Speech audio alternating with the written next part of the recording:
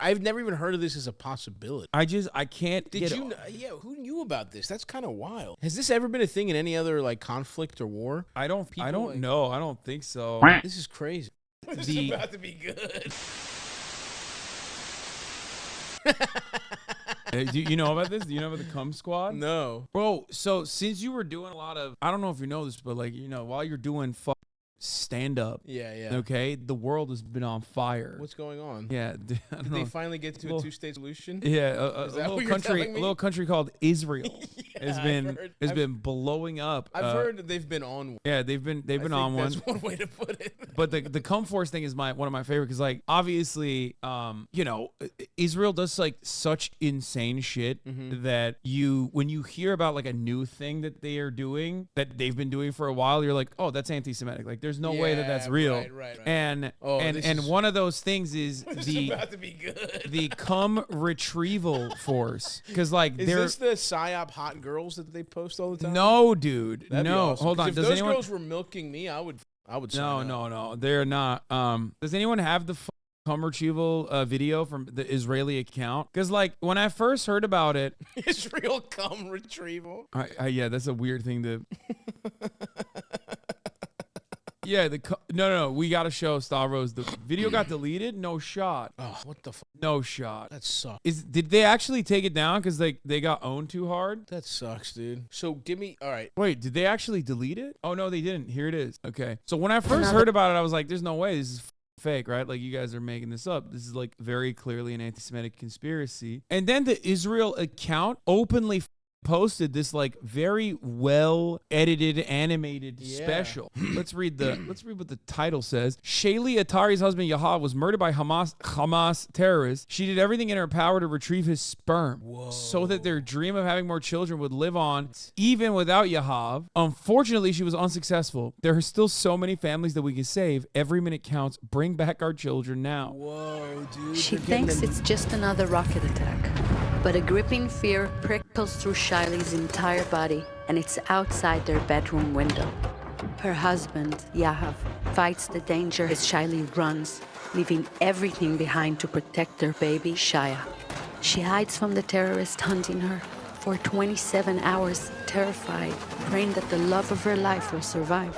She clings to hope that she won't need to raise their newborn alone. 4 days later, her heart shatters. She hugs Shaya tightly and knows she must fulfill Yahav's dream to create more life. Wow. It's like there's more. Hold on. But so they go to a dead guy's balls and cut it open? Apparently, they cut a dead guy's balls open? Well, there's a Wisconsin State Journal wrote all the way from Madison, Wisconsin. Why Madison? We owe it to them. Families of Israelis killed in war find new hope through posthumous sperm extraction. Yeah, just tell her I said what's up. Okay. I love Madison. Great town. Yeah. As a medical social worker at Israel's Kaplan Hospital, Professor Shir Daphna Tekoa is no stranger to trauma. But when she was drafted into work on October 7th, the day Hamas attacked Israeli farms, villages, and music festival, the scale of the disaster quickly became apparent. I've seen dozens of people killed in accidents or shootings, but this was the hardest thing I've done in my life. So here's the thing, okay? Did she suck a corpse off? Oh, there it is. So the thing is, it's like, obviously, October 7th,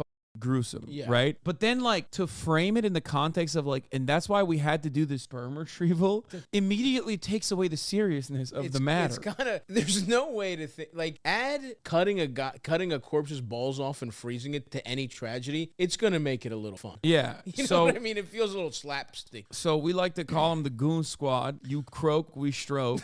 So I'm sorry. Do they cut the nuts off, put them in the freezer? Because they said they want to cryogenically freeze it. So what they do is, I think there's a couple different methods of extraction. Okay. So like you can either electrically stimulate the prostate posthumously, or Frankenstein his nut. Yeah, they can. Well, they do that. I think for. Wait, they put a. Yeah, like a cattle prod type shit. Up a dead guy's ass? No, but they do that. They do that for like quadriplegic people too, if they want to like retrieve sperm from them as well. Which, by the way, I feel like that would be the greatest nut of all time. Yeah. Like if you literally can't, well, can you actually? Do you feel it, right? You must. Do you feel the nut? If you're paraplegic, like if you're, I don't think you feel the nut. Do you?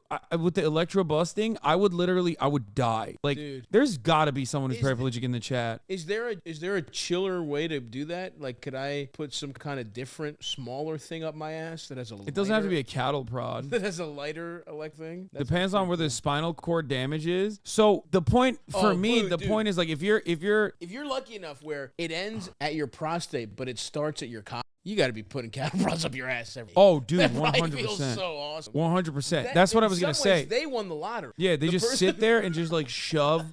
They sit there. I would literally never move. I mean, well, obviously, but like, but like literally, I would just sit there and nut nonstop. Yeah. My awesome. asshole would be so abused. That's fucking awesome. I would be so abused. Your shit would be. Dude. Yeah, you could shit so easy after that. On accident, I'd be shitting my pants nonstop. Anyway, my point is that's one method of extraction. Okay. Another method of extraction, I believe, is like they just literally go into your ball sack and just hit it with a syringe and extract it directly, I think. I've never thought of that. I've never thought about how long a man's nut stays good in his sack. Yeah. Post-death. Well, here, according to this story. So, Shiley puts out a call for the unthinkable to retrieve his seed and be able to continue growing their family. Who can help? My husband just died. I don't want sex. I just want sperm retrieval. Dude, imagine the freaks being like, I know how to do this. Like, wait, where do you go? Do you go to the cum retrieval posting group on Facebook? That's a really funny open question. Yeah. Like also, apparently they have 2 hours. She's in her own war against time, and the crowd leaps into action to complete her desperate mission. But it's too late. Shiley did everything she could to save her family. We still have time to save ours. Bring our children back. This is such a weird way to, Now. It's like, it's just. Dead cum is the same as children? Yeah, it's such a weird way to talk about this. But yeah, posthumous sperm retrieval was previously open to partners, provided other relatives did not object, but parents of the deceased had to apply for legal permission. But the Ministry of Health has recently slashed the red tape, finally, an end to the bureaucracy that Big stops us dude. from retrieving the semen, dude. Jesus Christ. Too many regulations on sucking, putting a Capri Sun straw in a dead guy's balls and sucking out the cum. Yeah, I hated that for me. That was what I hated. So from the deceased parents, without referring to them to family court, sperm lives on briefly after death, which is why it's possible for doctors, usually a fertility or urology specialist, But sometimes the dentist is just having fun. to retrieve it from the testicular tissue. Any live sperm cells that are found are transferred and frozen into liquid nitrogen. Dr. Noga Fuchs-Weisman, medical director of the sperm bank and male infertility unit at Tel Aviv's Ishalov Hospital, said there have been many requests for the bereaved families. The demand has been very high, she told CNN on a video call, adding dozens of families have accessed the service since October 7th. I've never even heard of this as a possibility. I can't Did you know? Yeah, who knew about this? That's kind of wild. I just can't get over the fact that, like, because it's all about, like, everything's about birth rates and, like, improving birth rates, because it's a ethno state, that, like, they got some crazy ass shit like this. Yeah, that makes sense. That's why. Yeah. That's fucking wild, dude. The nut is, Detecting live sperm is most likely in the first 24 hours after death. The retrieval initiative is overseen by the Ministry of Health, which then splits the cases between 4 hospitals. Like, they have a crazy operation. How many people are dying? Is that many people dying? I mean, there's a lot of people dying for sure. Yeah. There was a Hamas video of like them, of like an Israeli unit that like propped up tents and shit. And these motherfuckers had a snake, like a camera snake, that they pulled up out of the ground and directly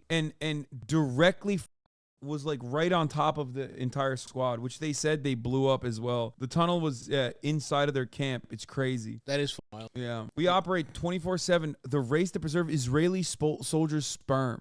Yeah. This is so weird. Has this ever been a thing in any other like conflict or war? I don't know. I don't think so. I've never heard this of before. This is crazy. What is this? Prison smuggled sperm gives Palestinians hope. Women and husbands serving long-term Israeli jails have restored the sneaky sperm out and getting pregnant. Yeah, except like those guys are alive.